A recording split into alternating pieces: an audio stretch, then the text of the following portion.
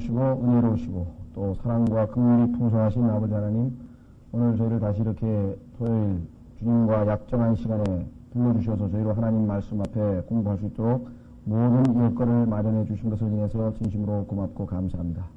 주님, 바라옵고 원하오니 주께서 오늘 약속하신 대로 저희를 불러주셨고 또 저희가 하나님 앞에 나왔사오니 주께서 저희를 축복하시고 주께서 말씀을 깨닫게 하시고 그 말씀으로 인해 저희의 영적으로 저희의 영이 소생하고 또 주님을 향한 저희의 마음이 뜨거워지고 또 주님을 더 깊이 알아가고 그야말로 큰 복을 누리고 아버지 하나님 더욱더 주님을 섬길 수 있는 그러한 힘을 얻는 시간이 될 수 있도록 주께서 축복해 주시기를 간절히 바라옵고 원합니다. 이 시간에 저희는 주님께서 진리의 영을 우리에게 보내셨고 그 진리의 영께서 우리를 모든 진리 가운데로 인도하시겠다는 주님의 약속을 이 시간 신뢰합니다. 주님, 무지하고 무능한 자들이지만 주님께서 하나님의 말씀을 풀어주실 때 그 무지했던 이 엠마오로 가던 제자들도 참으로 말씀을 깨닫고 마음이 뜨겁다고 했던 것처럼 저희도 오늘 이 시간에 주님을 향한 저희의 마음이 뜨거워질 수 있는 계기가 되게 해 주시옵시고 주님 바라옵고 나오니 주께서 주시는 그 말씀으로 인해 소생하는 기쁨을 누리는 시간 될 수 있도록 인도해 주시기 바랍니다. 이 말씀의 사역을 주님께서 성취하시기 위해서 부족한 자를 이렇게 세우셨는데 주님께서 위로부터 주님의 영으로 충만하게 하시고 지혜와 명철을 더하셔서 이 온전히 하나님의 말씀의 사역을 수행할 수 있도록 능력을 더하여 주시옵시고 이 시간을 통해 아버지를 영화롭게 하고 우리 모두에게 큰 유익이 되는 시간이 되게 축복해 주시기를 간절히 기도하옵고 원합니다. 아버지는 여러 가지 사정으로 참석하지 못한 형제자매들 있는 처소에서 주님 동일하여 축복해 주시옵시고 여건을 마련해서 다시 모두가 하나님의 말씀 앞에 나올 수 있도록 인도해 주시기를 간절히 바라옵고 원합니다. 이 시간은 우리 주님께 부탁드리고 우리 주 예수 그리스도 이름으로 기도하옵나이다. 아멘. 이 시간에 지난 시간에 이어서 우리 스가랴서입니다. 스가랴서 8장.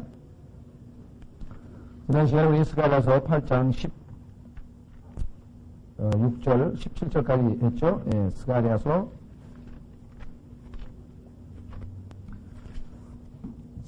8장 17절까지 저희가 봤고요. 오늘 18절부터입니다.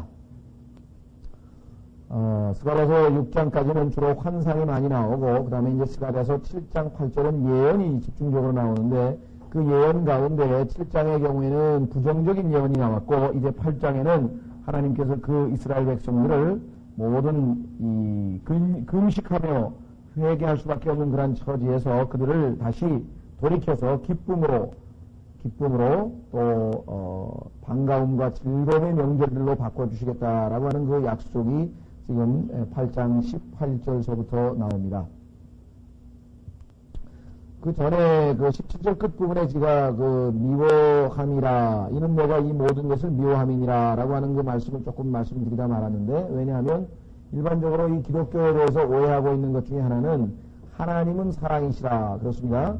요한일서 4장 16절에도 보면은 하나님은 사랑이시라고 되어 있고 4장 8절에도 하나님이 사랑이시다. 그것은 뭐 우리 그리스도인들이라면 이미 다 체험을 했고 다 알고 있는 사실이고 하나님의 말씀에 명백하게 기록되어 있습니다. 그러나 오해하지 말아야 될 것은 하나님께서 모든 것을 다 사랑하시는 것은 아닙니다. 하나님께서 죄도 사랑하시고 하나님께서 죄인도 사랑하시고 하나님께서 악도 사랑하시고 그러실 수는 없다는 것이죠. 악을 미워하시고 죄인을 미워하시고 죄를 미워하시고 하나님께서는 의를 사랑하시고 올바른 것을 사랑하신다 이 말이죠. 그래서 우리는 미워하시는 하나님에 대해서 알고 있어야 된다. 그래야 균형 잡힌 신앙이 될 수 있다. 많은 사람들이 이 미워하시는 하나님에 대해서 이야기를 하면 굉장히 거부감을 느낍니다. 왜냐하면 하나님께서는 사랑의 하나님이신데 왜 미워하시는 하나님을 강조하느냐. 당신들은 어떻게 좀 왜곡된 기독교를 전파하는 것이 아닌가 이렇게 오해를 하시는 분들이 종종 있습니다. 그러나 그것이 아니라 균형 잡힌 하나님, 진리를 사랑하시는 하나님은 당연히 거짓을 미워하셔야지 진리를 사랑하시는 하나님이 거짓도 동시에 같이 사랑해버리면 그것은 진리를 사랑하시는 하나님이라고 할 수가 없다는 것입니다. 성경에서는 분명히 하나님은 미워하시는 것이 여럿 있는데요. 우리가 이 시간에는 다 찾을 수는 없고 한 구절 여기도 물론 하나님께서 미워하시는 것들을 살펴봤죠. 스가랴서에 한 군데 나와 있는데 잠언에도 하나님께서 미워하시는 6, 7가지가 기록되어 있습니다. 한번 확인해 보겠습니다. 잠언 6장 16절입니다.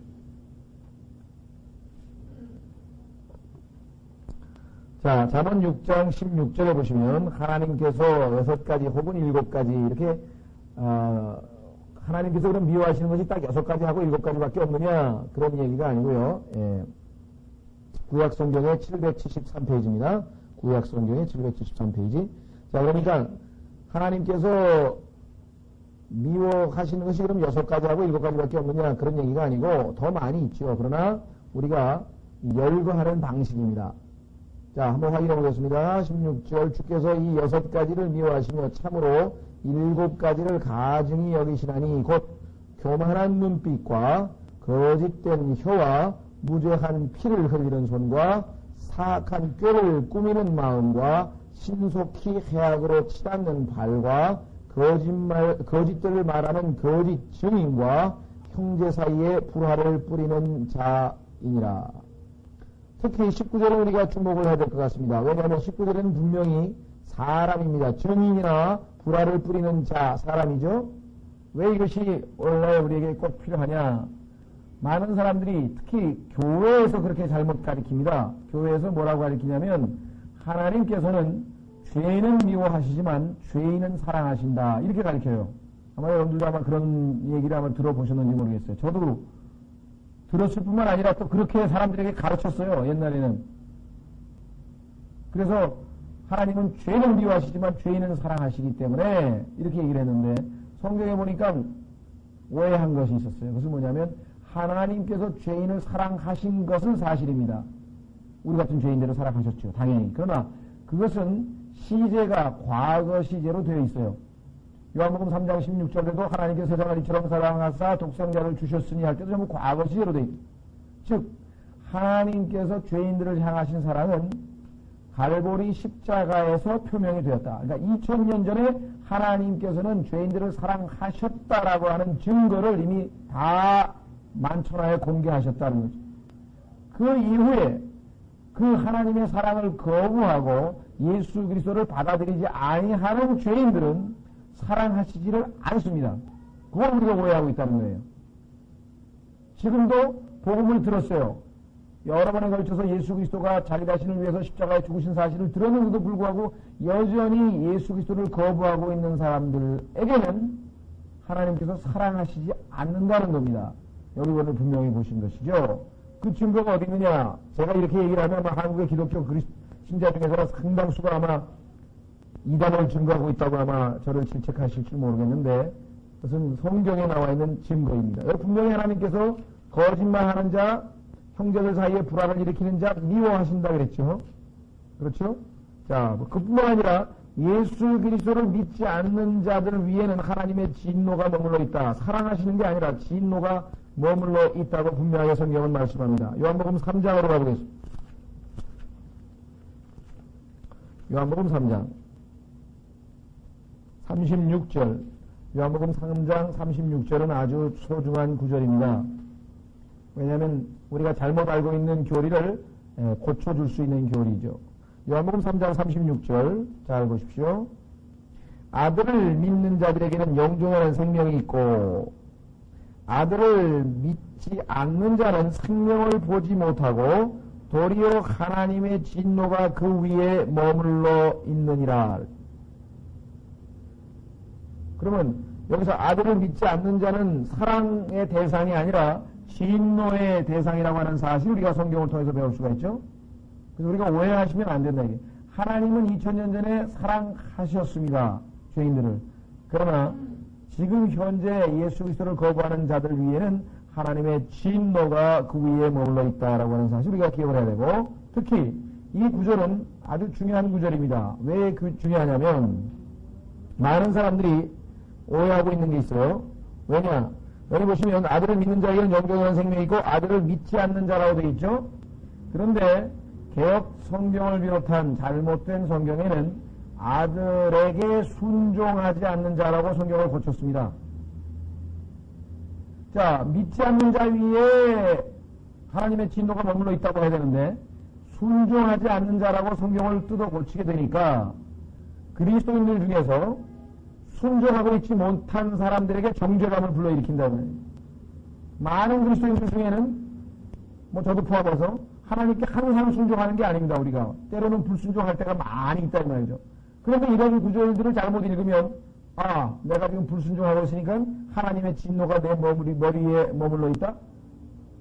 큰일 날 소리죠. 왜냐하면 하나님의 진노는 2000년 전 예수 그리스도의 위에 십자가에서 해결이 되었고, 예수 그리스도를 구세주로 받아들여서 이미 구원받은 사람들은 하나님의 진노의 대상이 아닙니다. 진노는 나중에 지옥불과 연관이 되어 있단 말이에요.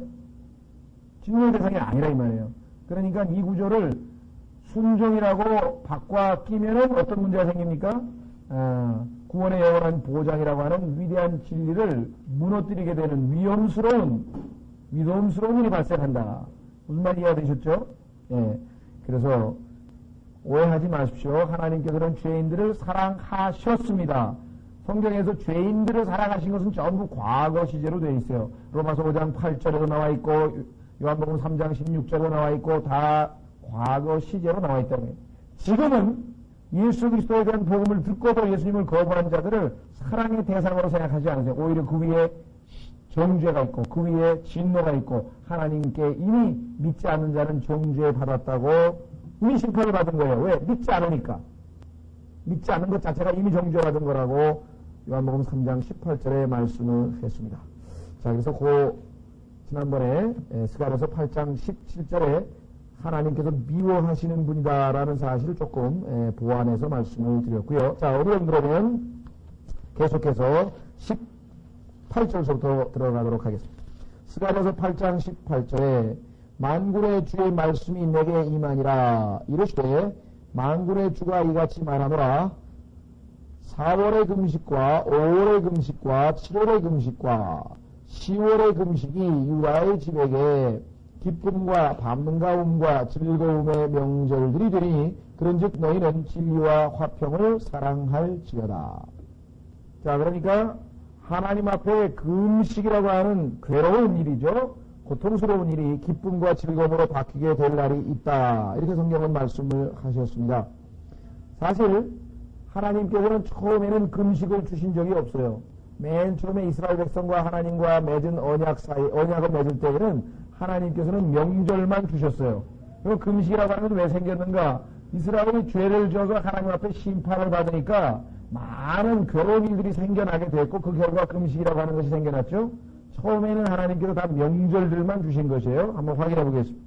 레위기 23장 구약성경 154페이지 구약성경 154페이지에 레위기 23장으로 가시면은 하나님께서 이스라엘 백성들에게 주신 명절들의 명단이 쭉 나와 있습니다. 레위기 23장 154페이지에 1절과 2절에 보시면 주께서 모세에게 말씀하여 이르시되 이스라엘 자손에게 말하고 그들에게 이르라 이것이 나의 명절들이니 곧 너희가 거룩한 집회로 선포할 주의 명절들이니라. 자, 하나님은 기쁨의 명절들을 주셨죠. 명절들. 그러나 이것이 나중에 금식으로 바뀌게 되는데 그것은 왜냐? 하나님 앞에 불순종한 대가로 얻게 되었죠. 자, 그렇다면 여기 나와 있는 다시 스가랴서로 돌아오셔서 8장에 금식의 종류가 4개가 나왔는데요. 4월달에 하는 금식이 있고 5월달에 하는 금식이 있고 7월달에 하는 금식이 있고 10월달에 하는 금식이 있습니다. 지난번에 이미 2번의 금식에 대해서는 언급을 한 바가 있었죠. 기억나십니까? 2번의 금식에 대해서는 어디서 얘기했습니까? 7장을 보세요. 그 한 장 넘기시면은 7장의 5절에 보시면 이 땅의 모든 백성과 제사장들에게 말하여 이르라 너희가 그 70년 동안 5월과 10월 금식하고 애곡하였거니와 그러니까 5월과 7월 금식은 이미 앞부분에 한번 나온 바 있었죠? 자, 그러면 4월과 10월 금식은 무엇인가? 5월 금식은 지난번에 말씀드리기를 5월 금식은 뭐냐면요. 함락, 즉 예루살렘 성이 느부갓네살에 의해서 함락당해서 불타버린 것이에요. 완전히 불타버린 그러한 날을 이스라엘 백성들이 쓰라린 기억을 되살리기 위해서 5월달에 그 날에 금식을 하는 겁니다. 그 다음에 7월달의 금식은 그때 바벨론으로 포로로 사로잡혀가게 되는데 그때 하나님께서 남은 자들을 위해서 통치자를 하나 세웠어요. 그다랴라고 하는 사람을 하나 세워놔가지고 이스라엘의 포로로 잡혀가지 아니하고 남은 자들을 돌보라고 했는데 내분이 일어나서 내란이 일어나서 그다랴가 암살을 당했습니다. 그래서 그 암살당한 것을 통치자죠. 그 암살당한 것을 또 쓰라린 기억을 하기 위해서 금식을 했습니다. 그럼 4월 금식은 뭐냐? 그건 5월 달에 불타버리기 전에 버닝 완전히 불타버리기 전에 이스라엘이 공격을 받게 됐던 즉 포위당하게 된 그것을 또 기억하기 위해서 한 것입니다. 자, 그 다음에 10월 달에는 바벨론 왕이 쳐들어온 첫 번째 시도가 10월 달입니다. 그러니까 10월 달에 바벨론 왕이 이스라엘을 쳐들어오기 시작해서 약 몇 개월, 6개월 정도 지난 다음에 4월 달쯤에 이제 포위를 해서 공격을 하기 시작했고, 그래서 함락이 되었다가 5월 달에 완전히 불타버리고, 그 다음에는 포로로 사로잡히게 하게 된. 그러니까 그 쓰라렸던 체험들 하나하나, 우리를 치면 맨 처음에 우리나라는 어떻게 해서 일본에게 잡아먹혔습니까? 을사보호조약. 우리도 그거 하나 기억하죠? 그 다음에 또 중간에 하나 있나요? 합병인가요? 그 다음에? 바로? 을사보호조약 다음에 그 다음에 합병인가요? 합병. 하여간 그런 일본에게 우리 나라를 빼앗기는 그런 과정에서 그 다음에 또 3.1운동도 있고요. 그래서 몇 번의 이 기념일들을 정해놓고 우리가 기억하듯이 이스라엘 백성들도 이렇게 4월, 5월, 7월, 10월 이렇게 네 번에 걸친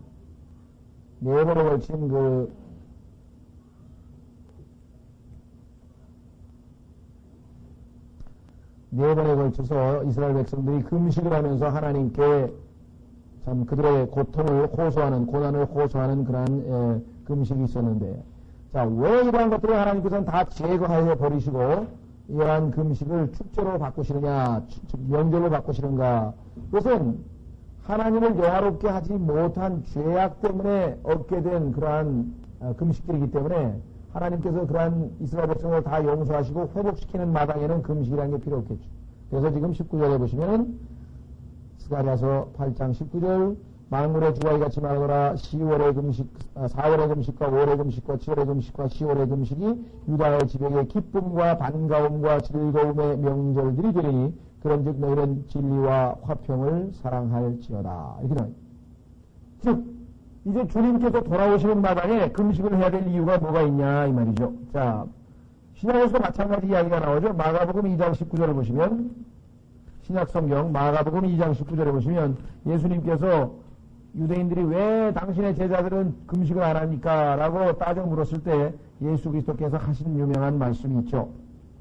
마가복음 2장 19절 마가복음 2장 19절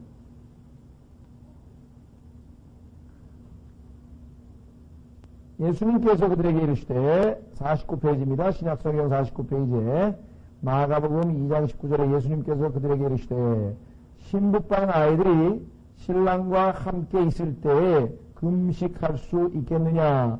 그들이 신랑과 함께 있을 동안에는 금식할 수 없느니라. 신랑이 있는데 즐거운 잔치가 벌어지는데 혼인 잔치가 벌어지는데 왜 금식을 하겠어요? 예수 그리스도께서 다시 돌아올 때도 마찬가지. 자, 그래서 우리는 20절 스가랴서 8장 20절로 넘어갑니다. 20절에서부터 23절까지 보십시오. 모든 것이 회복됩니다. 주님께서 돌아오신 다음에 무슨 일이 벌어집니까? 만군의 주가 이같이 말하노라 백성과 많은 도시의 거주민들이 거기로 올 것이라. 거기가 뭡니까? 어디입니까? 예수님이 거하시는 예루살렘. 한 도시의 거주민들이 다른 도시로 가서 이르기를 우리가 속히 가서 주 앞에 기도하며 만군의 주를 찾자. 기도하며 만군의 주를 찾자. 속히 가서 주 앞에 기도하며 만군의 주를 찾자. 나도 가겠노라 하겠으며. 얼마나 축복된 날입니까? 여러분들이 지금 대한민국에 있는 사람들도 마찬가지겠고요. 미국에 있는 사람들도 마찬가지겠습니다만은, 뉴욕에 있는 사람이 워싱턴에 가서 야 빨리빨리 기도하러 가자. 얼마나 좋겠어요. 야, 어디 놀러 가자, 뭐 어디 바람 쐬러 가자, 무슨 어디 서대교 무슨 뭐 했다는데 어디. 그게 아니고, 어디 놀러 가서 즐기고 육신을 즐겁게 하려고 하는 그런 게 아니라, 사람들의 관심이 오직 주님께 기도하는 거예요. 빨리 속히 올라가서 우리 다 기도하러 가자. 하나님께 경배하러 가자. 이런 날이 올 거예요. 그러면 정말 살기 좋은 데가 되겠죠. 오늘날 같이 그냥 어떻게든지 사람들 등쳐먹으려고 그러고 사기치려고 그러고 그런 사람들 득실득실 되는 데서 여기 살겠습니까? 근데 그때 가면 사람들이 전부 다 관심이 뭐예요? 기도하러 가자. 하나님께 기도하러 가자. 예? 뉴욕에서는 빠친코 하러 가자. 뭐 아니면 라스베가스인가요? 라스베가스에서 빠친코 하러 가자. 또 우리나라는 요즘에 뭐 고스톱 치러 가자 말이지. 뭐 그 다음에 어디 뭐 저기 뭐 개울가에 가가지고 막 또 고기 구워 먹으러 가자. 사람들 관심이 주로 그런 거 아니에요. 그 다음에 토요일 되면 또 오늘 같은 날 그냥 고속도로가 꽉꽉 막혀가지고 다들 어디 들로산으로 놀러 가고 성경에서 먹고 마시고 뛰어놀고 거기다 또 벌거벗고 플러스 알파. 그게 성경에서 우상숭배예요. 금송아지 만들어 놓고 이스라엘 백성들이 한 짓이 먹고 마시고 뛰어놀고 벌거벗은 거예요. 오늘날 벌어지고 있는 일이에요. 먹고 마시고 뛰어놀고 그 다음에 이제 룸사롱에 가면 이제 벌거벗고 그것까지 포함하면 똑같아요. 우상숭배하는 짓이에요. 우상숭배하고 오늘날 우리 생각할 때는 뭐 돌 만들어 놓고 돌 붙여에다가 절 안 하고 그런 사람 우상숭배 아닌 것 같지만 아닙니다. 하나님 이외의 것으로 여러분들이 즐거움을 얻으면 그게 우상숭배예요. 하나님이 여러분의 마음을 기쁘게 하면 그게 진짜 경배예요. 그런데 그 이외에 뭐가 여러분을 기쁘게 한다게? 야, 주머니에 돈이 좀 두둑하다, 이게 오늘. 야, 기쁘다. 그럼 돈이 우상이 된 거예요. 야, 우리 아들 대학 합격해서 기쁘다. 교육이 우상숭배가 된 거예요. 물론, 자식이 잘 되고, 사업이 잘 돼서 돈도 많이 벌고, 하나님께서 나에게 축복하셨구나 하고 겸손하게 감사하고 하면 그건 올바른 거죠. 그 자체가 다 잘못됐다는 건 아니지만 오늘날 사람들 중에 돈 많이 벌고 누가 무릎 딱 꿇고 하나님 이렇게 많이 축복해 주셔서 감사합니다. 어떻게 하면 주님을 위해서 이것을 쓸 수 있을까요? 지혜를 주십시오. 그렇게 기도하는 부자 봤습니까? 아, 나보다 이렇게 돈 많이 번 사람. 그런데 가만있어. 내가 그래도 좀 사람들한테 훌륭한 소리를 좀 들어야 되겠는데 어떻게 하면 될까? 예, 뭐 빌 게이츠 같이 이게 불 뛰어다가 저기 무슨 뭐 가난한 무슨 나라에 헌금도 하고 뭐 에이지 퇴치 기금으로 또 얼마 헌금도 하고 이야 저 사람 정말 훌륭하다 이 소리 좀 들어볼까? 그거하고 하나님 앞에 겸손하게 가서 기도하는 거하고 차이점을 아셔야 돼요. 똑같은 부자라도 무슨 동기로 좋은 일에 돈을 쓰느냐. 나는 이렇게 자선사업을 많이 하는 훌륭한 사람입니다. 그거 내세우려고 하는 사람들이 예수 그리스도를 안 믿는 사람들의 동기고 예수 그리스도를 믿는 사람들이 만약에 하나님 앞에 선한 일을 했다면 그것은 뭐예요? 하나님께서 나에게 맡기신 돈이니까 관리를 잘하라고 했는데 기도해보니까 하나님께서 고아들을 위해서 쓰라고 했더니 그래서 어떤 사람은 조지 뮬러가 운영하는 고아원에다가 돈을 갖다 줬더니 꼭 하나님 앞에 합당한 거다. 자, 어쨌거나요. 얼마나 좋은 때가 오느냐. 우리가 속히 가서 주 앞에 기도하며 만군의 주를 찾자. 나도 가겠노라. 이런 사람들이 많이 있는 사회가 된다. 많이가 아니라 전부 다 그래요. 전부 다. 그럼 얼마나 정말 기쁨이 넘치는 때가 되겠느냐. 22절 참으로 많은 백성들과 강한 민족들이 와서 예루살렘에서 만군의 주를 찾고 주 앞에 기도하리라. 지난번에 한번 말씀드렸죠. 인도에 갔던 한 여자 선교사가 가서 복음만 전하면 다 예수님을 믿겠다는 거예요. 그래서 너무너무 기뻐가지고 이야 이렇게 열매를 많이 거두다니하고 좋아했는데 어느 날 그 인도 그 선교사가 자기가 복음 전한 여자 성도집을 방문했어요. 아 들어갔더니 그냥 입구에서부터 그냥 우상이 그냥 막 부처고 뭐 그냥 수십 개가 이제 집안에 보니까 막 온통 우상이야. 그래서 아니, 지난번에 예수님 영접 안 했어요? 아, 영접했죠. 아, 그럼 우상을 다 치워야지. 아니, 왜? 내가 지금 믿는 신이 50개인데 예수님이 51번째인데 앞으로 한 100여 개 더 믿어야 되는데 무슨 말인지 아시겠어요? 그러니까 그렇게 속았다는 얘기 아닙니까?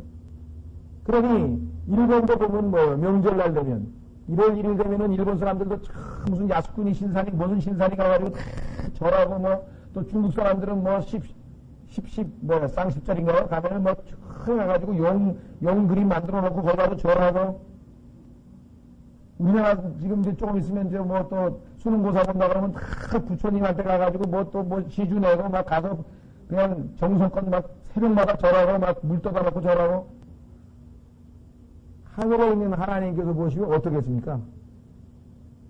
하나님은 정말 long suffering이에요. 정말 오래 참으시는 분이라고. 그냥 우리 같은 경우는 벌써 성질이 그냥 돌아가지고 그냥 애기 싹 그렇잖아요. 하나님 대신에 피조물을 섬기는 어리석은 자들에 대해서 어떻게 생각하시겠냐.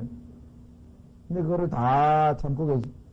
언젠가 많은 백성들과 강한 민족들은 왜 미국, 뭐 지금 중국, 소련, 일본 이런 강한 민족들이 지금 다 우상을 섬기고 그런 사람들이 예루살렘으로 모여서 하나님께 경배하러 간다. 용에게 경배하러 안 가고 돌부처가 경배하러 안 가고 살아계신 하나님께 가서 경배하러 가는 그날이 올 거다. 이게 우리에게 얼마나 정말 환희의 순간이 되겠습니까? 그날이. 자, 계속해서 23절 만군의 주가 이같이 말하더라. 그날들에는 언어가 다른 모든 민족들 중에서 10사람이 나와서 유대인의 옷자락을 붙들고 말하기를 우리가 너희와 함께 가려 하노니 이는 하나님께서 너희와 함께 계심을 우리가 들었습니다 하리라 하시니라. 지금은 유대인들이 얼마나 천대받아요. 여기가 더 천대받고 저기가 더 천대받고 천덕꾸러기가 돼서 여러분 아시는 것처럼 AD 70년에 나라를 잃고 전 세계로 흩어졌는데 지금 거의 2000년 동안이나 나라 없이 방황하다가 그나마 20세기에 와가지고 유대인들이 돈을, 현금을 움켜쥐고 있다 보니까 지금 그나마 좀 대우를 받죠. 그럼에도 불구하고 그 유대인들의 어떤 그 돈에 대한 집착, 유럽이나 미국에 가면은요, 유대인 하면 아주 수전노로, 아주 그냥 유대인들의 손에 들어있는 동전은 절대로 뺏을 수가 없다. 이게 아주 속담처럼 돼 있어요. 그만큼 이 돈에 집착이가. 나라 없는 사람들이니까 언제 집 쌓고 떠나갈지 모르니까 항상 현금을 주고, 그래서 그 사람들이 할 수 있는 사업은 주로 고리대금업 아닙니까? 그래서 그 유대인들이 그 고리대금업을 하는 것을 상징적으로 보여준 작품이 셰익스피어의 베니스의 상인이라고 하는 작품이다. 성경에는 그런 짓을 하지 말고 돈 구워줘가지고 이자 받고 그런 짓 하지 말라고 성경에 써있어요. 유대인들에게. 그 직업을 하나님이 금하신 율법을 어긋나는 짓을 계속하고 있는 거예요. 유대인들이. 지금도 뭐 아시다시피 월가라든가 뉴욕의 금융가는 싹 유대인들이 다 장악하고 있잖아요. 네? 자, 어쨌거나 그러한 유대인들, 전 세계 어디 가서도 천덕꾸러인 유대인들이 환영일세계예요. 유대인들이 하나님께서 맡겨주신 사명이 뭐냐면 이방인들에게 가서 하나님이 어떠한 분이신가를 알리는 그 제사장 노릇을 하는 거예요. 언제? 천년왕국 때. 그러니까 천년왕국 때는 이스라엘 그 유대인들이 전 세계를 돌면서 다 그 회당 같은 데를 가가지고 하나님에 대해서 특강을 해요. 성경 특강 같은 걸 다 하고 다니는데 그거를 듣더니 이방인들이, 일본 사람들이 말이죠. 일본에 뭐 지금 고이즈미인지 누가 말이죠. 그냥 당장 그 하나님께 경배하러 가겠다고 그 얘기를 듣고 손을 막 목각에 붙잡으면서 여기 나와 있죠. 유대인의 옷자락을 붙들고 말하기를. 자, 2000년 동안 유대인들의 옷자락을 붙들었을 때는 어떤 의미로, 어떤 목적으로 붙들었어요? 잡아가지고 죽이려고, 전부 처형하고 죽이려고 했던 게 여태까지 유대인과 이방인과의 관계였어요. 인류 역사가. 그런데 얼마나 놀랍게 하나님께서 역사냐면 까꾸로 이제는 제발 나 좀 같이 가자고 붙든다 이게. 너 예루살렘으로 이제 돌아가는데 나도 좀 같이 가서 너의 하나님 좀 경배하자. 왜? 너를 보니까, 네가 축복받은 것을 보니까 하나님이 너와 함께 하신 것이 분명하다. 그래서 결국은 이스라엘은 본래에 하나님께서 그들에게 부여하신 사명을 다 하게 되는 것입니다. 원래부터 이스라엘은 그 목적으로 아브라함을 조상으로 해서 하나님께서 세우신 민족입니다. 즉 가장 숫자가 작은 민족인데 하나님께서 보니까 그 민족을 들어서 축복을 하면 세상의 큰 민족들, 예를 들면 아시리아, 시리아, 블레셋 이런 큰 민족들이 있는데 유대 민족은, 히브리 민족은 아주 그냥 집단이 제일 조그매요. 그러니까 그 민족이 경제적으로, 도덕적으로 융성해지고 막, 소위 말하면 번영을 하면 주변에 있는 큰 민족들이 생각하기에 저거는 진의 힘으로 된 게 아니고 저들이 섬기는 하나님이 도와주신 것이다. 이렇게 얘기를 할 거다, 이 말이죠. 그래서 하나님께서 살아 계시다고 하는 것을 보여주기 위해서 제일 나약한 민족인 이스라엘을 들어가지고 하나님께서 그 민족을 통해서 어딜 가나 축복을 하냐. 야, 하나님이 살아 계시긴 계시구나. 왜? 저 별볼 일로 보면 조그만 민족이 말이야, 막 거대한 아시리아를 이기고 거대한 민족들을 막 내리치고 승리하는 거 보니까 이건 저 사람들의 힘이 아니구나. 그래서 하나님께 영광을 돌리고 하나님이 살아 계시는 것을 보여줘서 예수님이 오셨을 때 바로 그분이 하나님이심을 보여주기 위한 어떻게 보면 하나님의 일꾼으로 택한 받은 선민인데 이스라엘이 그게 아니고 목에다 힘 꽉 주고 자기들이 무슨 대단히 무슨 특권치인 것처럼 생각해가지고 이방인들을 개처럼 취급하고 그러면서 아주 머리를 꼿꼿이 세웠던, 그래서 성경에서 목이 곧은 백성이라고 했죠. 목을 굽힐 줄 모르는 교만한 하나님이 그들을 택하신 바 된 동기도 목적도 다 잊어버리고 마치 자기들이 대단한 민족인 것처럼 고개를 뻣뻣이 들고 교만하게 하다가 하나님으로부터 징계를 받아서 쫓겨가서 오히려 놀림감이 되대. 하나님을 증거하라고 하는 백성이 야, 저 꼴 좋다.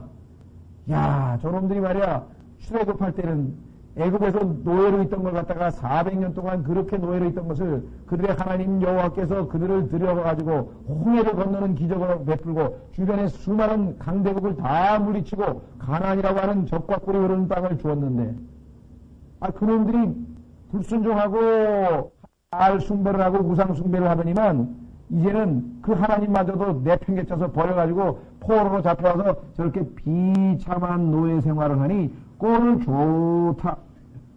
이 소리를 듣게 됐대, 이게 지금 이스라엘 백성이. 그러나, 그래서 성경에 보면은 너희들 때문에 하나님의 이름이 모독을 당하는다.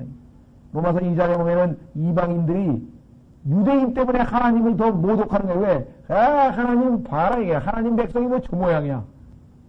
하나님 백성이 보니까 타락해가지고 막 타락하고 뭐 하지 말라는 하나님이 하지 말라는 짓은 다 하잖아요. 저 고리대금업이라고 한 적구 말이지. 그래가지고 결국은 이스라엘 백성이 하나님 보시기에 만물의 찌꺼기처럼 돼서 2000년 동안 징계를 받고 드디어 마지막 3년 반의 대환란을 통과하면서 이제는 뭐예요? 잘못했구나. 그래서 어떻게 합니까? 우리가 어디로 돌아가자? 하나님께로 돌아가자. 그래서 돌아오는 후에는 하나님께서 이렇게 축복하신 거예요. 자, 돌아온 상황 한번 보세요. 언제 돌아가자 하나 보세요. 호세아서 우리 이미 배웠습니다만은, 우리 토요 성경학교를 통해서 이미 호세아서를 배웠습니다만은, 호세아서 6장을 보시면, 이스라엘이 드디어 알았어요, 이제. 돌아가자. 일반 죄인들이 돌아가자 하나님께로. 그래서 회개하고 예수님 믿고 구원 얻는 거하고 똑같습니다. 영적으로 보자면 자, 호세아서 6장 1절 오라 우리가 주께로 돌아가자. 그분께서 우리를 찢으셨으나 얼마나 아프면 찢었다고 했겠습니까? 1066페이지입니다. 예. 구약성경 1066페이지. 얼마나 아프면 찢으셨다고 그랬겠어요? 오라 우리가 주께로 돌아가자. 그분께서 우리를 찢으셨으나 낫게 하실 것이요. 그래서 그렇게 고난을 겪은 후에 돌아갑니다. 우리를 치셨으나 싸매어 주실 것임이라. 이틀 후 얼마 후 예수님 돌아가신 지 얼마 후 2000년. 예수님 돌아가신 지 2000년. 그렇죠? 자, 많은 사람들이 오해하고 있었어요. 왜? 예수님의 초림 후 2000년으로 생각을 했거든요. 그래서 2000년 됐는데, 성이 2000년 됐는데 예수님 아직 안 오시네. 그리고 오해를 했는데, 오해는 두 가지예요. 하나는 지금 달력과 성경에서 얘기하고 하는 달력이 틀리다는 거. 성경은 1년이 360일일 뿐만 아니라 달력이 틀립니다. 그래서 예수님이 언제 오실지 정확하게는 알 수 없어요. 다만 이틀 후가 2000년이에요. 왜? 성경에서 하루가 1000년 같고 1000년이 하루 같다고 성경에 말씀했기 때문에. 그러나 예수님이 오신 초림 때부터 2000년이 아니라 예수님께서 십자가에서 돌아가신 게 AD 33년이에요. 그러니까 지금의 달력이 맞더라도 2033년에 가서 재림이 되는 거예요. 무슨 말이 되겠죠? 그래 우리는 정확하게는 몰라요. 왜? 달력이 틀리니까. 그래서 성경에서는 아무도 모른다. 예수님이 오실라는 아무도 모른다고 했기 때문에 인내심을 가지고 순종함으로 기다리는 것 뿐입니다. 자, 어쨌거나 셋째 날에는 우리를 일으켜 세우시리니 우리가 그분의 눈앞에서 살리로다. 살리로다. 그래서 지금까지는 죽어지려던 이스라엘 백성이 어떻게 돼요? 살아나가지고 아까 얘기한 것처럼 야 너희 하나님한테 우리도 같이 가자. 너희 하나님하고 우리도 같이 가자. 이런 내용들이 스가랴서에 나와요. 이 내용은요. 성경에 보면 여러 곳에 나옵니다. 즉 이스라엘 백성들이 탑 네이션이 돼가지고 제사장 국가가 되고 회복이 되고 이 내용들이 구약 성경에 반복해서 뭐 이사야서에도 네레미야에도 나오고 학개서에도 나오고 심지어는 계시록에도 나오고 반복해서 나온다는 사실 우리가 기억을 하셔야만 합니다. 자, 그래서 우리는 스가랴서 다시 9장으로 돌아갑니다. 스가랴서 9장. 이제 우리는 어디까지 했죠? 8장 23절까지 했죠. 자, 그래서 우리는 이제 9장으로 들어갑니다. 9장으로. 여러분들이 에디오피아 내시가 사도행전 8장에서 예수 그리스도, 유대인들의 명절을 지키기 위해서 왔죠. 자, 그러면 에디오피아 사람은 이방인인데, 뭐하러 유대인의 명절을 지키러 거기까지 왔느냐? 뭘 예표하고 있는 거예요? 예수 그리스도께서 재림하셨을 때 이방인들이 여기 나왔잖아요. 이방인들이 많은 강한 백성들과 나라들과 모든 도시들과 여러 군데에서 사람들이 전부 다 예루살렘으로 예수 그리스도를 경배하러 올 것을 미리 예표로 보여주고 있는 것이 바로 에디오피아 내시의 예루살렘 방문이라고 하는 것입니다. 그뿐만 아니라 요나서에 보시면 요나라고 하는 인물, 구약성경의 요나라고 하는 인물은 하나님으로부터 받은 임무가 있어요. 그것은 뭐냐면 이방인들에게 가서 회개하라 그리고 하나님을 믿으라고 선포를 했습니다. 그 일을 누가 해요? 지금 이스라엘 백성들이 하고 있잖아요. 여기 다 가서 회개하라 예수 그리스도를 믿어라 했더니 그때 전부 다 믿겠다고 하면서 다 같이 가자고 여기 지금 오는 장면이 나오죠. 그러니까 요나는 뭘 예표하고 있는 거예요? 마지막 시대의 이스라엘 백성들이 위대한 Great Commission이라고 하죠. 지상명령이라고 보통 우리 번역하는데 하나님께서 주신 지상명령을 수행하는 이스라엘 백성들의 예표로 요나가 주어져 있고 경배하러 오는 이방인들의 예표로 에디오피아의 내시가 주어져 있고 성경은 이렇게 치밀하게 다 하나님께서 예표로 우리에게 미리 보여주신 것입니다. 자, 그래서 한 구절 에스겔서 48장 맨 마지막 절에 보면은 이제 바로 너희와 하나님이 함께 하신다. 그것을 증명이라고 하듯이 1040페이지입니다. 1040페이지 에스겔서 48장 35절에 예루살렘의 이름이 정해져 있어요. 이름. 예루살렘의 이름이 뭐냐? 1040페이지 에스겔서 48장 35절 이것을 측량하면 사방으로 18,000 갈대라. 그날 이후로는 이 도시의 이름을 주께서 거기에 계신다라 하리라. 지금 금방 고백했던 거하고 똑같잖아요. 너희와 함께 한다고 하는 것을 이방인들이 고백했듯이 예루살렘의 이름 자체가 주께서 거기에 계신다라 하리라. 비록 지금 예루살렘은 피비린내라는 전투가 벌어지고 폭탄이 터지고 테러가 터지고 그와 같은 지역이지만 얼마 후 주님께서 오셔서 그것을 평강의 성읍으로 그 다음에 주께서 거기서 계신다라는 성읍으로 만드실 거다 이 말입니다. 자, 9장으로 가겠습니다. 9장 1절서부터 8절까지 먼저 읽고 살펴보겠습니다. 새로운 테마로 주제가 바뀝니다. 스가랴서 9장. 주의 엄중한 경고가 하드락 땅에 임하고 다마스커스에 머물리니 이때에는 사람의 눈이 이스라엘 모든 지파의 눈과 같이 주를 향하리라. 주를 향하리라? 놀랍죠?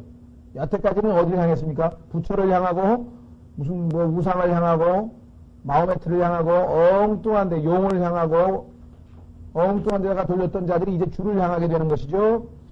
자, 하마 또한 그 곁에 경계를 둘 것이며 비록 두로와 시돈이 심히 지혜롭다 해도 그들도 그러하리라. 전부 도시 이름들입니다. 어느 도시냐?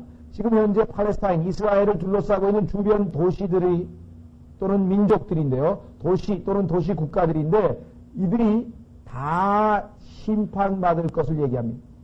왜 그렇습니까?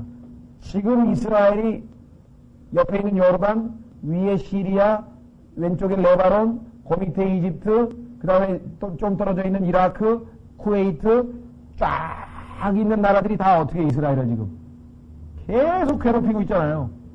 그러니까 하나님께서 자기 백성이 괴로움을 당하는 것을 그대로 영원토록 방치하는 게 아니라 결국은 이스라엘이 이래서는 안 되겠다. 아까 호세아서에서 뭐예요? 돌아가자. 하나님께 도움을 청하자 하고 돌아올 때에 도와주셔서 이 이방 민족들을 심판하시는 장면이에요. 그래서 3절 두로는 자기를 위하여 요새를 건축하며 은을 티끌같이 정금을 거리에 진흙같이 쌓았도다. 항구 도시 지금은 두로라고 하는 도시죠. 보라 주께서 그녀를 쫓아내시며 그녀의 바다 권세를 치시리니 그녀가 불에 삼킴을 당하리라. 아스글론이 이를 보고 무서워하며 가자도 이를 보고 심히 슬퍼할 것이며. 가자지구 아시죠? 가자지구 모르세요? 지금 팔레스타인들에게 이스라엘 백성이 띄워준 지역이 가자지구, 그 다음에 예리고지구, 그 다음에 헤브론, 그래서 세 군데가 지금 서너 군데를 지금 임시로 줬죠. 이스라엘이 지금 하도 괴롭히니까 어떻게 좀 협상을 좀 해보려고 자기 땅을 띄워줬잖아요. 하나님께서 이스라엘에게 주신 땅을 팔레스타인에게 지금 띄워줬으니까 하나님의 뜻을 어긴 것이죠. 계속 어려움만 가중되고 있습니다. 자, 계속 5절 아스글론 이를 보고 무서워하며 가자도 이를 보고 심히 슬퍼할 것이며 에그론도 자기의 학대하는 바가 부끄럽게 되므로 역시 그러하리라. 가자에서는 왕이 사라질 것이며 아스글론에는 사람이 거주하지 아니할 것이며 아스도드에는 사생아가 거하리라. 내가 또 블레셋 사람들의 교만을 끊고 블레셋이 지금 팔레스타인입니다. 한참 옛날 성경용어로 블레셋이고요. 지금 우리가 신문에서 보는 팔레스타인 사람들입니다. 필리스티안. 자, 그의 입에서 그의 피를 그의 이빨 사이에서 그의 가증함을 제거하리라. 그러나 남은 자 곧 그는 우리 하나님을 위하겠으며 유다에서 한 다스리는 자같이 되겠고 에그로는 여부수 사람같이 되리라. 내가 그 군대와 지나가는 자와 돌아오는 자로 인하여 내 집 주위에 진을 칠 것인즉 학대하는 자가 다시는 보세요. 지금은 계속 학대받고 있죠? 계속 예루살렘을 학대하고 있습니다. 그런데 그때가 되면 어떻게 된다고요? 학대하는 자가 다시는 그들 가운데로 지나다니지 못하리니 이는 이제 내가 친히 눈으로 보았으니라. 예수 그리스도께서 이 땅에 오셔서 이제 친히 다스릴 때에는 감히 그 누구도 예루살렘을 학대할 수 없다 이 말이에요. 그래서 지금 다시는 학대할 수 없다고 말씀을 하고 있는 사실을 볼 수 있습니다. 자, 그러면 이 9장 1절부터 8절까지 내용은 우리가 이중 적용을 해야 됩니다. 무슨 소리냐? 구약의 예언들은 전부 다 이중 적용을 해야 돼요. 즉 역사적인 적용이 있고 두 번째는 예언적 적용이 있습니다. 예언적 적용. 그 얘기는 뭐냐? 실제적으로 여기 나와 있는 내용은 알렉산더 대왕이 역사적으로 이 도시들을 알렉산더가 히랍에서 건너와서 이 팔레스타인을 완전히 휩쓸고 가면서 페르시아까지 진격해서 페르시아를 정복을 한 그 사건이 있었죠. 역사적으로. 그때 이루어졌던 일들이에요. 사실은. 대부분이. 그래서 성경에 보면 그 알렉산더는 나중에 오게 될 적 그리스도를 예표하는 인물입니다. 다니엘서에 보면. 그렇다면 적 그리스도가 이 지역을 휩쓸고 가서 나중에 통치하고 지배하게 될 것을 미리 보여주는 것이죠. 그러니까 역사적으로는 알렉산더 대왕의 사건에서 우리가 적용할 수 있고 두 번째는 그것이 예표고 실제적으로는 예수 그리스도의 재림 직전에 일어날 일들로 우리가 예언적 적용을 할 수가 있다. 두 가지 적용, 역사적 적용과 예언적 적용 이렇게 적용하면 됩니다. 자, 그러니까 실제적으로 이 사건들을 읽어보면은 알렉산더 대왕의 그 정복 과정과 유사하나 알렉산더 대왕의 그 정복 과정이라고 단정 지을 수는 없다. 왜냐? 여기 보면은 미래적 이야기들이 많이 나와 있습니다. 한번 보겠습니다. 첫째, 우선 알렉산더 대왕이 있었던 사건도 포함은 되나 실제적으로는 더 미래적 사건과 연관이 된다고 하는 것을 보여주는 증거 구절들이 있습니다. 첫 번째, 주의 엄중한 경고가 가드락 땅에 1절 보시면 임하고 다마스커스에 머물르니 이때에는 사람의 눈이 이스라엘 모든 지파의 눈과 같이 주를 향하리라. 그러는데요, 이스라엘 모든 지파는 12지파입니다. 그러나 알렉산더 대왕이 침략했을 당시에는 이스라엘의 12지파가 다 존재하지 않았어요. 역사적으로. 실제적으로는 2지파, 유다지파와 베냐민 지파만 바벨론 포로에서 돌아와서 머물러 있었고 10지파는 행방불명임에 다 흩어져 있었어요. 그러니까 여기 나와 있는 모든 지파라고 하는 말은 알렉산더에게 적용이 안 되는 거죠. 그렇죠? 그러니까 이거는 예언적, 미래적 적용일 가능성이 훨씬 더 높다는 것을 알 수가 있고, 두 번째, 이스라엘 모든 지파의 눈과 같이 주를 향하리라. 누가? 사람의 눈이, 이방인들이. 그러나 알렉산더 대왕의 정복 이후에 팔레스타인에 있는 많은 국가들은, 이방 국가들은 여전히 우상을 숭배했지 하나님께로 돌이켜서 주를 바라본 적이 없어요. 그러나 예수님이 재림하실 때에는 그와 같은 일이 있을 거란 얘기죠. 그러니까 이것도 역시 역사적 사건으로만 한정시킬 수가 없겠죠. 아하, 이것도 역시 미래적 적용이 가능하다. 세 번째는 8번째 8절에 보시면 주님께서 직접 개입을 하십니다. 맨 아래 보시면 내가 그랬잖아요. 주님이 말씀하시기를 내가 그 군대와 지나가는 자와 돌아오는 자를 인하여 내 집중에 진을 칠 것인지요. 하나님께서 이스라엘 백성을 보호하기 위해서 직접 개입하시는 건 뭐예요? 미래적 사건이죠. 재림하실 때. 따라서 이것도 역사적 사건으로 보기에는 어려운 부분이고. 자, 그리고 네 번째로는요, 미래 시대가 나와 있습니다. 4절 보세요. 보라 주께서 그녀를 쫓아내시며 그녀의 바다 권세를 치시리니 그녀가 불에 삼킴을 당하리라. 만약에 여기서 주가 아니고 어떤 다른 인물이 나오면은 그게 알렉산더라고 우리가 해석을 할 수 있지만 알렉산더가 아니고 주님이시잖아요. 4절에 보면 주께서 두로라고 하는 도시국가를 내리치시는 겁니다. 그러니까 주님이 심판하실 때는 언제? 마지막 때, 재림 때에 있을 일이지 알렉산더가 한 사건하고는 틀리다. 그렇죠? 자, 이와 같이 역사적인 기록으로 봤을 때 결정적으로 알렉산더보다는 미래적 적용이 옳다는 것을 보여주는 것은 뭐냐? 그것은요, 다시는 그들 가운데, 8절 끝부분에 보세요. 다시는 그들 가운데로 지나다니지 못한다. 그러면 그 이후에는 예루살렘이 한 번도 외부의 침략을 받지 않았다야 되는데, 그렇죠? 예루살렘에 더 이상 그 누구도 지나다닐 수 없다고 하나님이 보호하시겠다고 했으니까, 그러면은 알렉산더 이후에는 예루살렘이 한 번도 침략을 안 받았어야지만 이것이 해당이 될 텐데, 그 이후에도 여러분 아시다시피 10번 이상에 걸쳐서 침략을 당했다 이 말이에요. 예루살렘이. 그렇다면은 이것은 역사적 사건으로 보기에는 어렵지 않느냐. 그러니까 역사적으로 알렉산더 사건과 연관이 없지는 않지만 역사적으로는, 그러나 실제적으로는 예언적으로 미래적 사건으로 적용해서 주님의 재림에다가 우리가 맞춰서 해석을 해야 여기 나와 있는 것들이 다 일관성 있게 맞아떨어진다라고 하는 사실입니다. 실제적으로 이 요세푸스라고 하는 유대의 유명한 역사학자가 있는데요. 그 요세푸스라고 하는 유대 역사학자의 그 역사 기록에 보면은 이 사건에 대해서 알렉산더 대왕과 관련 지어서 아주 사건 기록을 해놓았습니다. 그리고 실제적으로 맞아떨어지는 부분이 많이 있어요. 이 지역을 다, 여기 나와 있는 지역들을 다 알렉산더가 휩쓸고 지나갔거든요. 실제적으로. 예.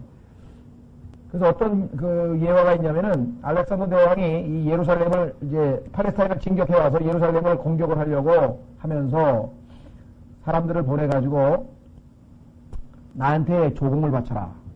그러니까 그러면 내가 소위 말하면 아주 선처하겠다. 그래서 유대인들의 제사장들이 절대로 그 히랍 이방 우상 숭배자에게는 굴복할 수 없다. 이렇게 해가지고 모든 유대 백성들에게 우리를 치면 이제 막 정말 뭔가 원나라, 그죠? 고려 시대의 원나라든가 아니면 이조 시대의 이 왜구들이라든가 이런 데도 굴복할 수 없다. 그래가지고 국가에서 다 사람들을 모아가지고 기도를 하게 시킨 거예요. 하나님 앞에 나라를 구출해달라고 기도하라. 금식하고 기도하라. 이렇게 제사장들이 명령을 내렸습니다. 그리고 굴복을 안 하니까 알렉산더가 진도해가지고 좋다. 여기 나와 있는 팔레스타인하고 여기 나와 있는 그 시돈 두로 이런 도시들을 먼저 다 정복한 다음에 내가 예루살렘으로 진격해서 맛을 보여주겠다. 이렇게 경고를 했어요. 그런데 하나님께서 이 꿈에 이 제사장에게 나타나가지고 제사장 하나님의 그 제사장 복 있잖아요.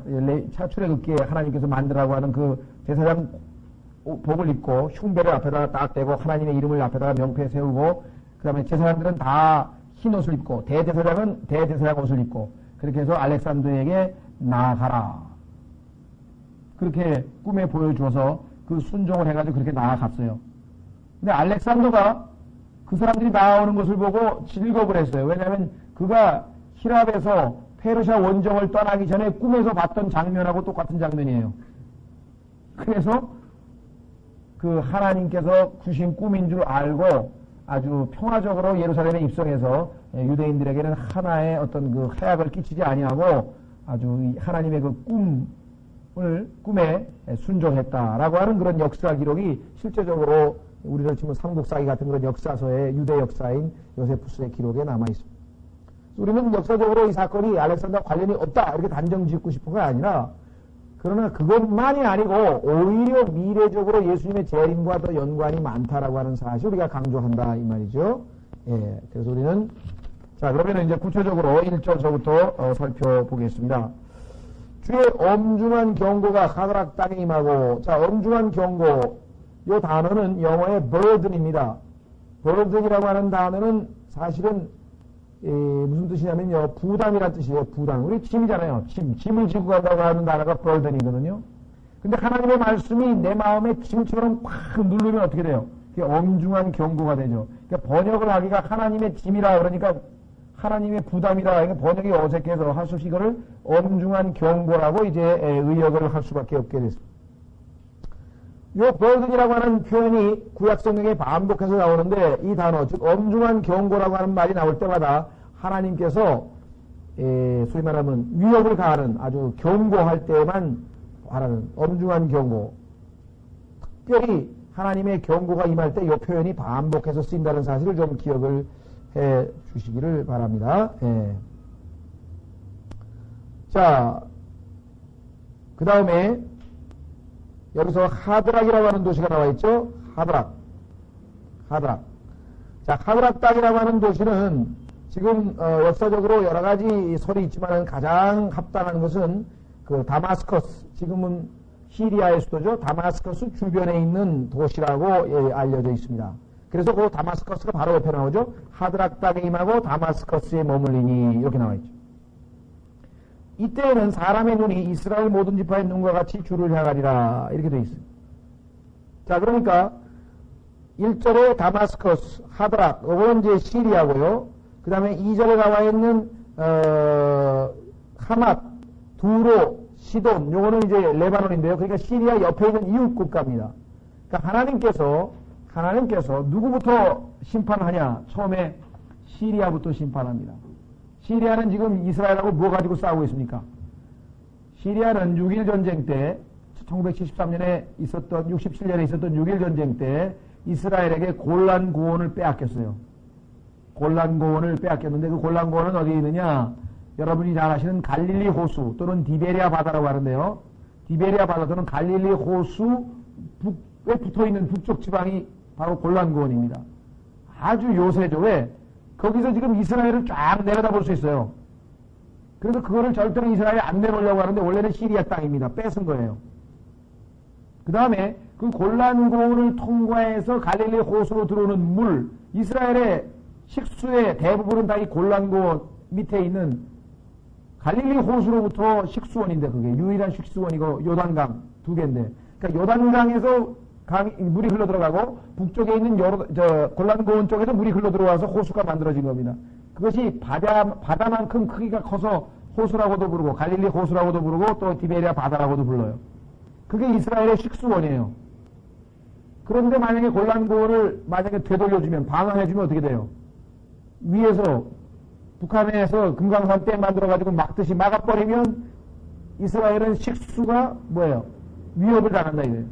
내줄 수가 없는 것이에요. 그래서 국제 여론의 압력에도 불구하고 이 골란고원을 지금 안 내주고 골란고원에다 아예 러시아나 이디오피아나 이런 데서 그 소위 말하면 이스라엘의 사람들을 다시 귀환시켜가지고 유대인들을 다 귀환시켜가지고 거기다가 정착촌을 만들어서 아예 그냥 이스라엘 땅으로 지금 막 북박이를 해버리려고 지금 애를 쓰는 거예요. 근데 여러분들 왜 시리아일까 한번 생각해요. 시리아는 이스라엘과 친형제 사이입니다. 시리아라고 하는 나라는 그 성경에서 야곱을 시리아인이라 그래요. 야곱이 원래 시리아 사람이에요. 왜냐? 아브라함의 형, 나홀이라고 하는 사람이 아브라함의 형의 후손이 시리아 사람이에요. 그러면 아브라함과 형제되는, 즉 유대인의 조상인 아브라함과 형제되는 나홀의 후손이 바로 시리아거든. 그게 형제 국가예요. 그리고 실제적으로 이삭의 부인이 누구였어요? 리브카가 누구예요? 시리아 사람 나홀의 아들 라반의 딸, 그러니까 손녀딸 아니에요. 아브라함으로 치면은 자기의 형의 손녀딸이 자기 며느리가 된 거 아니에요. 아브라함으로 치면. 그러니까 뭐 아주 집안으로 치면 그냥 아주 가까운 집안이에요. 무슨 말인지 이해가 되셨습니까? 아주 가까운 집안이라고. 그런데 그 이스라엘을 야곱이라고 하는 사람이 이름이 이스라엘로 바뀌었죠. 여러분 아시죠? 그런데 그 야곱이라는 사람이 이스라엘로 이름을 바뀌었는데 그 야곱이 가서 고난을 당한 데가 어디입니까? 무려 20년 동안 가서 고난을 당한 데가 시리아란 말이에요. 라반이라고 하는 사람, 시리아인 라반 밑에서 20년 동안 고난을 당했다고요.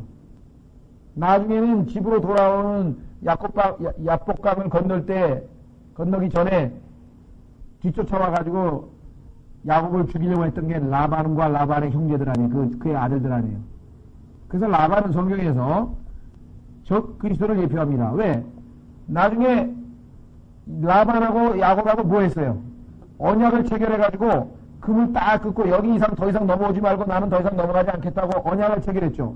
성경에는 적 그리스도와 이스라엘과 이 7년 대환란의 그 중간에 언약을 체결하는 것이 나옵니다.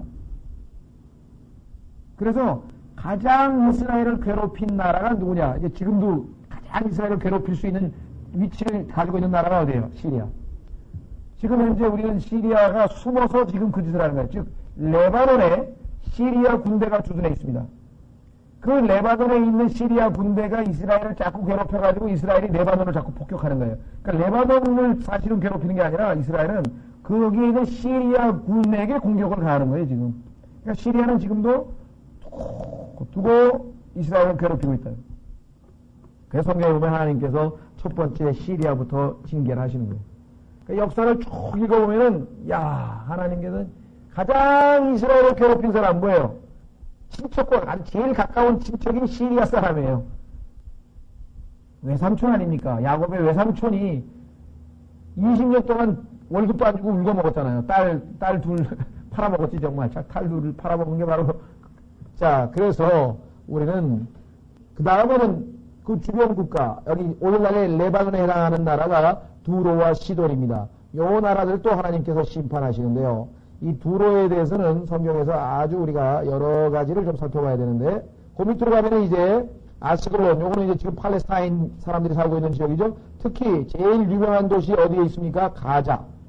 지금도 가자가 바로 팔레스타인이 살고 있는 나라인데, 밑으로 가보세요. 6절에 아스도드에는 사생활 거리와 내가 블레셋 사람들의 교만을 끊고, 가자 지구에서 돌 던지고 이스라엘의 하나님을 욕하고 지금 이스라엘에게 도전장을 내고 있는 그 가자 지구의 블레셋 사람들이 하나님의 심판을 받게 될 것이라고 성경에 기록했다, 이게. 그렇죠?